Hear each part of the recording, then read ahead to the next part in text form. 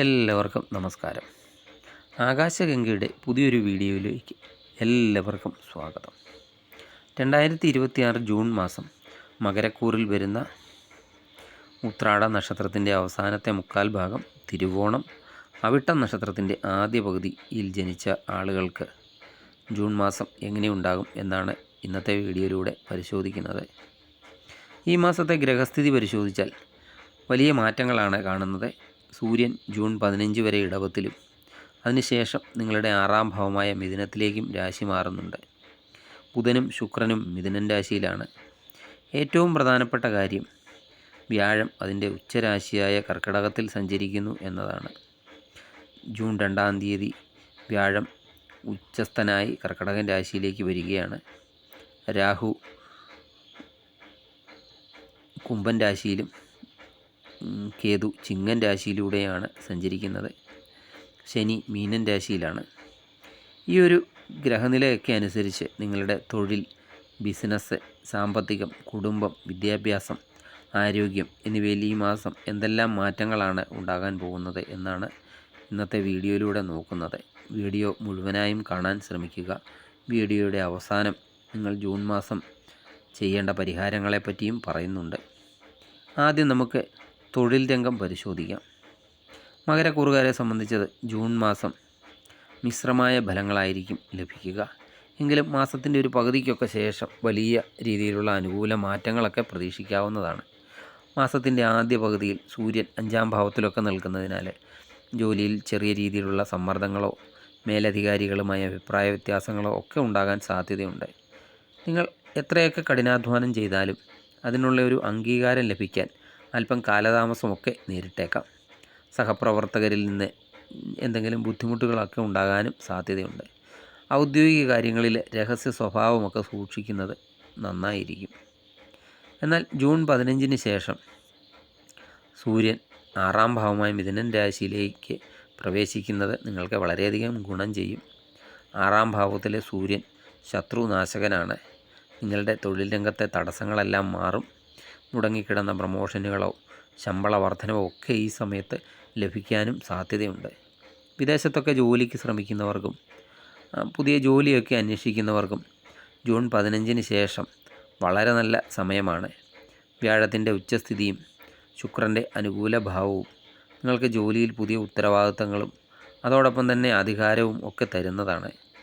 ചുരുക്കത്തിൽ തുടക്കത്തിലെ തടസ്സങ്ങളൊന്നും കണ്ട് ഭയപ്പെടേണ്ടതില്ല.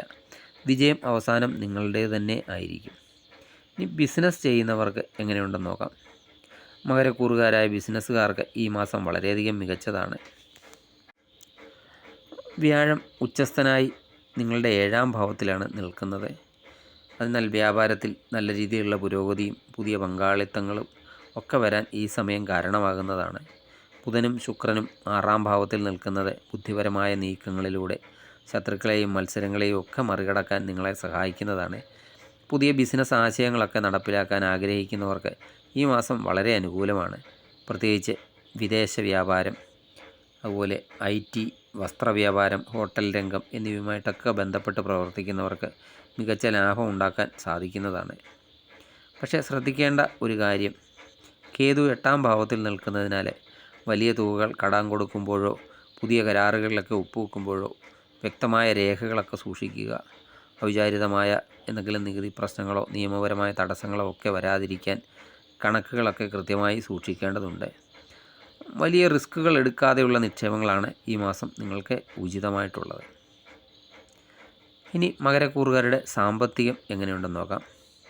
മകരക്കൂറുകാർക്ക് ജൂൺ മാസത്തിൽ ധനവരവ് സാധാരണ നിലയേക്കാൾ വർദ്ധിക്കുന്നതാണ്. വ്യാഴത്തിൻ്റെ ശുഭദൃഷ്ടിയും മിഥുനത്തിലെ ഗ്രഹങ്ങളുടെയൊക്കെ സ്വാധീനവും പുതിയ വരുമാന മാർഗങ്ങളൊക്കെ തുറന്നു തരുന്നതാണ്. പഴയ കടങ്ങളൊക്കെ വീട്ടാൻ സാധിക്കുന്നത് വഴി വലിയൊരു മാനസിക ആശ്വാസം നിങ്ങൾക്ക് ലഭിക്കുന്നതാണ്. ലോട്ടറി, ഷെയർ മാർക്കറ്റ് എന്നിവയിൽ നിന്നുമൊക്കെ അപ്രതീക്ഷിത ധനലാഭത്തിന് ചെറിയ സാധ്യതകളൊക്കെ ഉണ്ടെങ്കിലും കേതുവിൻ്റെ 8ാം ഭാവത്തിലെ സ്ഥിതി ഉള്ളതുകൊണ്ട് ഭാഗ്യ പരീക്ഷണങ്ങൾക്ക് വലിയ തുകകൾ ഇറക്കരുത്. വരവൊക്കെ കൂടുന്നതിനോടൊപ്പം തന്നെ ചിലവുകളും വർദ്ധിക്കാൻ സാധ്യതയുണ്ട്. കുംഭത്തിൽ നിൽക്കുന്ന രാഹു നിങ്ങളുടെ 2ാം ഭാവത്തെയൊക്കെ സ്വാധീനിക്കുന്നതിനാൽ കുടുംബ ആവശ്യങ്ങൾക്കോ അല്ലെങ്കിൽ വിലപിടിപ്പുള്ള ആഡംബര വസ്തുക്കളൊക്കെ വാങ്ങാനോ ഒക്കെ പണം ചിലവഴിച്ചേക്കാം. അതുകൊണ്ടൊരു ബഡ്ജറ്റ് ഉണ്ടാക്കി മുന്നോട്ട് പോയാൽ സാമ്പത്തിക പ്രതിസന്ധികൾ ഒഴിവാക്കാൻ സാധിക്കുന്നതാണ്. അതുപോലെ ഭൂമി, വാഹനം എന്നിവയൊക്കെ വാങ്ങാൻ ആഗ്രഹിക്കുന്നവർക്ക് മാസത്തിൻ്റെ രണ്ടാം പകുതി വളരെ അനുയോജ്യമായ സമയമാണ്. ഇനി നമ്മുടെ ജീവിതത്തിൻ്റെ സമാധാനമൊക്കെ നിർണ്ണയിക്കുന്നത് കുടുംബജീവിതമാണ്. മകരക്കൂറുകാർക്ക് ഈ മാസം കുടുംബത്തിൽ സമ്മിശ്രമായ ഫലങ്ങളാണ് അനുഭവപ്പെടുക. 7-ാം ഭാവത്തിലെ ഉച്ചസ്ഥനായ വ്യാഴം ദാമ്പത്യ ജീവിതത്തിൽ വലിയ സന്തോഷവും സമാധാനവും ഒക്കെ നൽകുന്നതാണ്. പങ്കാളിയുമായിട്ടൊക്കെ ഉണ്ടായിരുന്ന പഴയ പിണക്കങ്ങളും അകൽച്ചകളും ഒക്കെ മാറി പരസ്പര ധാരണയൊക്കെ വർദ്ധിക്കുന്ന സമയമാണ്. വിവാഹാലോചനകളൊക്കെ നടത്തുന്നവർക്ക് അനുയോജ്യമായ പങ്കാളിയൊക്കെ കണ്ടെത്താൻ ഈ മാസം സാധിക്കുന്നതാണ്.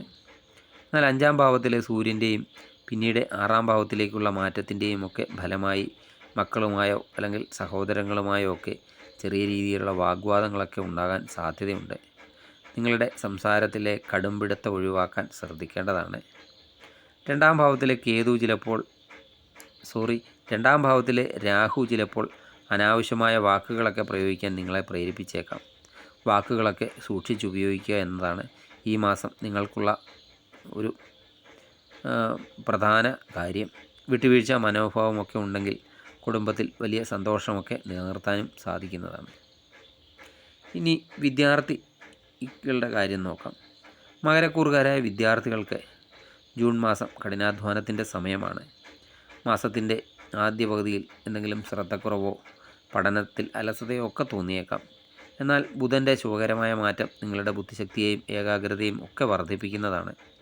ഉപരിപഠനത്തിനൊക്കെ തയ്യാറെടുക്കുന്നവർക്കും മത്സര പരീക്ഷകളൊക്കെ എഴുതുന്നവർക്കും ജൂൺ 15-ന് ശേഷമുള്ള സമയം വളരെ അനുകൂലമാണ്. വിദേശത്തൊക്കെ പോയി പഠിക്കാൻ ആഗ്രഹിക്കുന്ന വിദ്യാർത്ഥികൾക്ക് അനുകൂലമായ വിസ തീരുമാനങ്ങളോ പ്രവേശനാനുമതിയോ ഒക്കെ ലഭിക്കുന്നതാണ്. അധ്യാപകരുടെയും മാതാപിതാക്കളുടെയും ഒക്കെ പൂർണ്ണമായ പിന്തുണ ഈ മാസം നിങ്ങൾക്കുണ്ടാകുന്നതാണ്. കഠിനാധ്വാനമൊക്കെ ചെയ്താൽ മികച്ച വിജയമൊക്കെ ഉണ്ടാക്കാൻ പറ്റിയ സമയമാണ്. ഇനി അടുത്തത് ആരോഗ്യകാര്യം നോക്കാം. മകരക്കൂറുകാർ ഈ മാസം അല്പം ജാഗ്രത പുലർത്തേണ്ടതുണ്ട് ആരോഗ്യകാര്യത്തിൽ. ശനി മീനത്തിൽ നിൽക്കുന്നതും കേതു 8-ാം ഭാവത്തിലൊക്കെ നിൽക്കുന്നതും അസ്ഥി സംബന്ധമായ എന്തെങ്കിലും പ്രശ്നങ്ങളെ, ദഹന പ്രശ്നങ്ങളെ അല്ലെങ്കിൽ അനാവശ്യമായ മാനസിക ഉത്കണ്ഠ എന്നിവയൊക്കെ വരാൻ സാധ്യതയുണ്ട്. കൃത്യമായ ഭക്ഷണ രീതിയും വ്യായാമവും ഒക്കെ ശീലമാക്കുക. അതുപോലെ രാത്രികാല യാത്രകൾ ചെയ്യുമ്പോൾ പ്രത്യേകം ശ്രദ്ധിക്കേണ്ടതാണ്. വലിയ ആരോഗ്യ പ്രശ്നങ്ങളൊന്നും ഇല്ലെങ്കിലും ചെറിയ അസ്വസ്ഥതകളൊക്കെ ഉണ്ടാകുമ്പോൾ അത് അവഗണിക്കുകയും അരുത്. ഇനി ജൂൺ മാസത്തെ ദോഷങ്ങളൊക്കെ അകറ്റി നന്മകളൊക്കെ വർദ്ധിക്കാനായി ചില ലളിതമായ പരിഹാരങ്ങളൊക്കെ ചെയ്യാവുന്നതാണ്. ശനിയാഴ്ചകളിൽ ശാസ്താവിനെയോ ഹനുമാൻ സ്വാമിയെയോ ഒക്കെ ഭജിച്ച് എള്ളുതിരിയൊക്കെ കത്തിക്കുന്നത് ശനിയുടെ ദോഷങ്ങളൊക്കെ കുറയ്ക്കും. അതുപോലെ ശാസ്താക്ഷേത്രത്തിൽ ശനിയാഴ്ചകളിൽ നീരാഞ്ജനം വഴിപാട് കഴിക്കുന്നതും നിങ്ങൾക്ക് ഗുണം ചെയ്യുന്നതാണ്. അതുപോലെ വ്യാഴാഴ്ചകളിൽ വിഷ്ണു സഹസ്രനാമമൊക്കെ ജപിക്കുന്നത് ഉച്ചസ്ഥനായ വ്യാഴത്തിൻ്റെ അനുഗ്രഹം ഇരട്ടിയാക്കുന്നതാണ്. അതുപോലെ ശിവക്ഷേത്രത്തിൽ ശിവനെ ധാര, പിൻവിളക്ക് എന്നിവയൊക്കെ കഴിക്കുന്നതും നിങ്ങൾക്ക് വളരെയധികം ഗുണം ചെയ്യുന്നതാണ്. ചുരുക്കത്തിൽ മകരക്കൂറുകാർക്ക് 2026 ജൂൺ മാസം ചെറിയ വെല്ലുവിളികളോടെയൊക്കെ തുടങ്ങി വലിയ വിജയങ്ങളിലൊക്കെ അവസാനിക്കുന്ന ഒരു മാസമായിരിക്കും.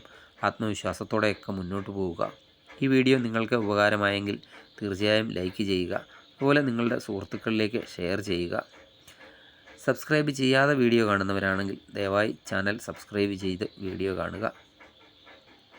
അടുത്ത ഒരു വീഡിയോയുമായി വീണ്ടും കാണാം. നന്ദി, നമസ്കാരം.